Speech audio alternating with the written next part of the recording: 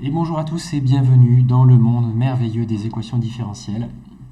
Alors on va faire toute une série de vidéos où on va passer en revue, pas tous les cas possibles parce qu'il y en a beaucoup, mais en tout cas une bonne partie de ce que vous pouvez rencontrer. Alors là aujourd'hui on va s'intéresser aux équations différentielles linéaires d'ordre 1 et sans second membre. Donc ça va être entre guillemets le plus simple. Juste avant, je vous montre un petit peu à quoi s'attendre pour la suite, donc pour faire un petit tour du propriétaire. Donc voilà, je me suis amusé à faire une carte du pays des équations différentielles. Alors il n'y a pas tout, hein, mais il y en a déjà une bonne partie qui va servir à beaucoup d'entre vous. Donc oui, ça fait un peu fouillis, bazar, mais nous ce qu'on va faire c'est voilà, essayer de parcourir un petit peu ce monde-là. Et aujourd'hui ce que je vous propose c'est de parcourir une partie du pays, donc à savoir ici tout ce qui va être ordre 1 déjà. Voilà, on va commencer par ici. Et on va aller voilà, de ce côté-là et voir comment ça fonctionne. Donc du coup, si on revient à ce qu'on avait juste ici, notre exemple, la première chose qu'on va faire, c'est regarder de quelle forme c'est. Donc déjà ici, on a une équation dont l'inconnu est une fonction. Donc y c'est une fonction. Nous, on fera une fonction du temps. Donc voilà, ça pourrait être une fonction de x. Donc c'est y de x ou y de t. Donc nous, on va marquer avec t. Et donc voilà, c'est la particularité des équations différentielles, c'est que ce qui est à résoudre, c'est pas juste, c'est pas trouver la variable, c'est trouver une fonction qui satisfait ceci, c'est-à-dire 6 fois la dérivée de cette fonction plus 5 fois cette fonction donne 0. Donc nous, la première chose qu'on va faire, et c'est ce que je vous recommande, c'est d'avoir la carte sous les yeux. Et en ayant la carte sous les yeux, eh bien, déjà repérer de quelle forme on est. Donc en premier ordre, on est de la forme la dérivée plus un nombre fois la fonction égale un nombre. Et d'ordre 2, on est à la dérivée seconde plus un nombre de fois la dérivée plus un nombre fois la fonction doit être égal à un nombre. Alors je dis un nombre pour a et b, en fait c'est un nombre où ça peut être également une fonction. Donc du coup, nous on va comparer par rapport à ce qu'on a. On a 6y' plus 5y égale 0. Alors le truc c'est que là tout de suite, déjà ce qu'on peut dire c'est que on n'est pas dans le deuxième ordre puisqu'il n'y a pas de dérivée seconde, donc on est plutôt dans le premier ordre. Mais dans le premier ordre, la forme générale impose qu'il y ait un peu rien devant le y'. Donc on va faire une petite manip. On va faire une petite manip qui consiste en première étape à se débarrasser du 6 qui est devant. Et bien, la manip qu'on va faire, elle est toute bête. On va tout diviser par 6.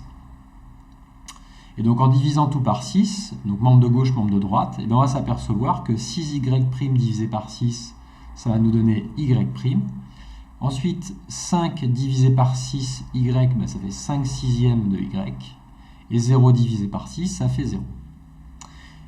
Voilà, ayant ça sous les yeux, on va aller regarder. Donc ça, c'est une première étape, on pourrait dire. Donc déjà se mettre sous une forme qui ressemble à ce qu'on voit. On va aller regarder à quoi ça ressemble. Voilà. Donc, on est bien d'ordre 1. La question, c'est, bon là je l'ai déjà mis le chemin parce que j'ai anticipé parce que je savais ce qu'on allait faire, mais on va se demander si ce qui est devant le y et ce qui est dans le second membre, en fait, est-ce que ce sont des choses qui sont constantes ou non. Donc cela, c'est la bifurcation qu'on voit ici. Alors nous, ce qu'on a, c'est que ce qu'il y a devant le y, c'est 5 sixièmes, et ce qu'il y a dans le second membre, c'est 0. Donc du coup, on est avec ce qu'on appelle des coefficients constants. Donc on est à cet endroit-là. Une fois qu'on est là, eh bien on va aller s'interroger normalement sur l'application justement de cette résolution. Vous verrez que dans les équations différentielles, il y a très souvent à trouver deux types de solutions. Une solution dite homogène, c'est-à-dire dont le membre de droite va être égal à 0, et une solution particulière. Et à la fin, on fait la somme des deux. Donc ici, théoriquement, il faudrait qu'on aille chercher une solution homogène, donc avec le second membre qui vaut 0, et une solution particulière, si le second membre ne vaut pas 0. Alors je suis en train de le dire justement, mais là on voit que le second membre, il ne fait pas 0. Donc du coup, on est bien dans des coefficients constants, et là, on s'aperçoit qu'en voulant faire la première étape de résolution qui est de trouver la solution homogène, on s'aperçoit qu'on est déjà sous la forme d'une solution homogène. C'est ce qu'on nous demande en fin de compte, puisque le second membre est nul. On a 0. Donc du coup, il s'avère que les formulaires, comme ce qu'on a ici, vous disent directement la forme de la solution à proposer en tout cas. Donc ici, ce qu'on va proposer pour résoudre ce type d'équation, y' plus ay égale 0, et bien en fin de compte, c'est un y de t qui va faire une constante multipliée par exponentielle moins at. Donc ça veut dire qu'il faut qu'on aille repérer ce que c'est que le a. Alors on y va. On va aller repérer ce que c'est que le a. Donc de mémoire, vous vous souvenez, donc ici ça va être 5/6, donc on peut le noter sur le côté. En fait, on s'aperçoit que a ici vaut 5/6, et le second membre au passage ici, b, vaut 0. Donc en partant du principe qu'on était sous la forme y' plus ay égale b.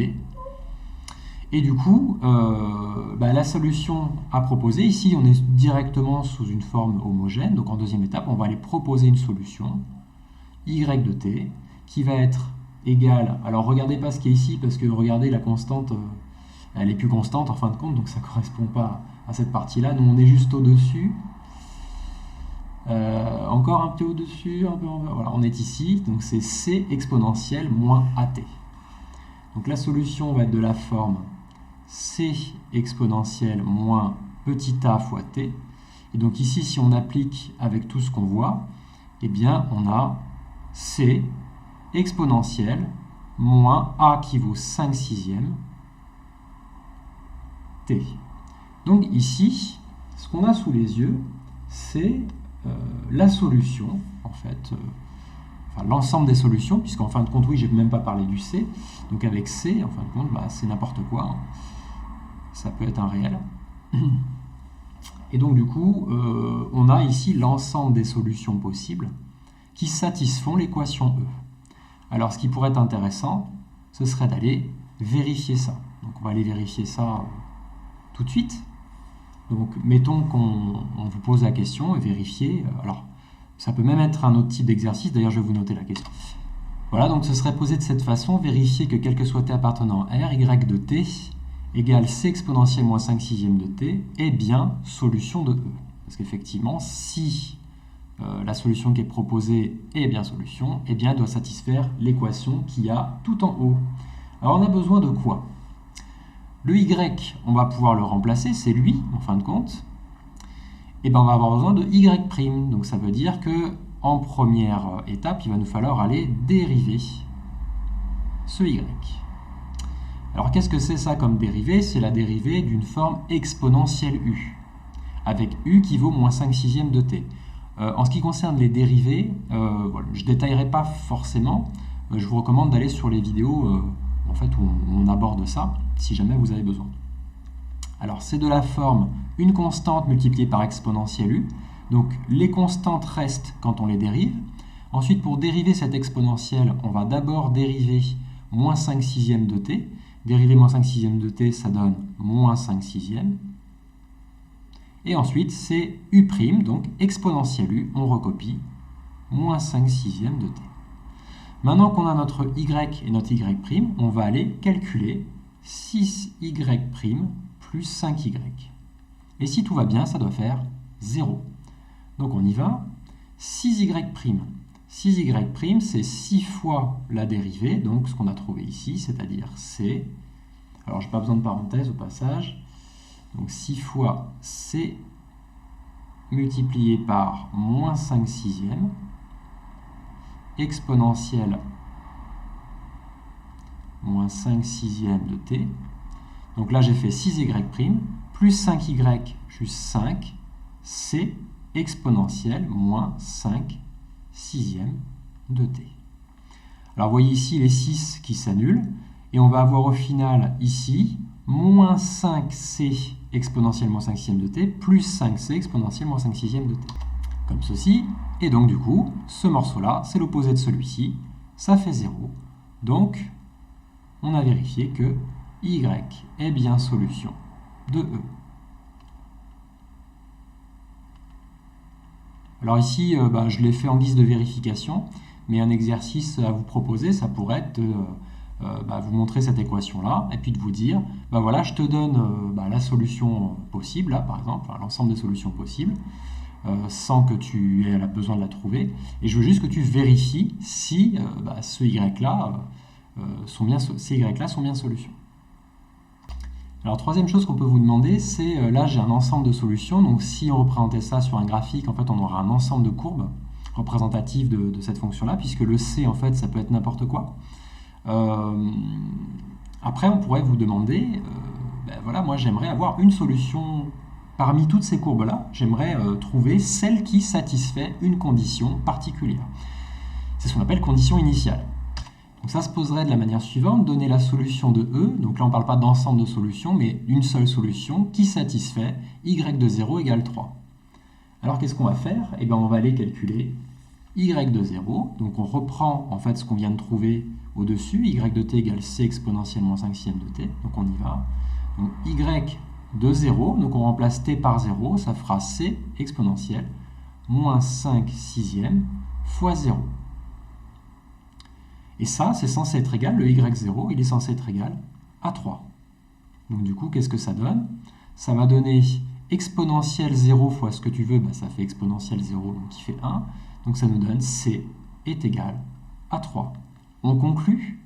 Donc la solution de E telle que y0 égale 3 est la suivante, c'est y de t est égal à c qui vaut 3 exponentielle moins 5 sixième de t. Et là, on a fini.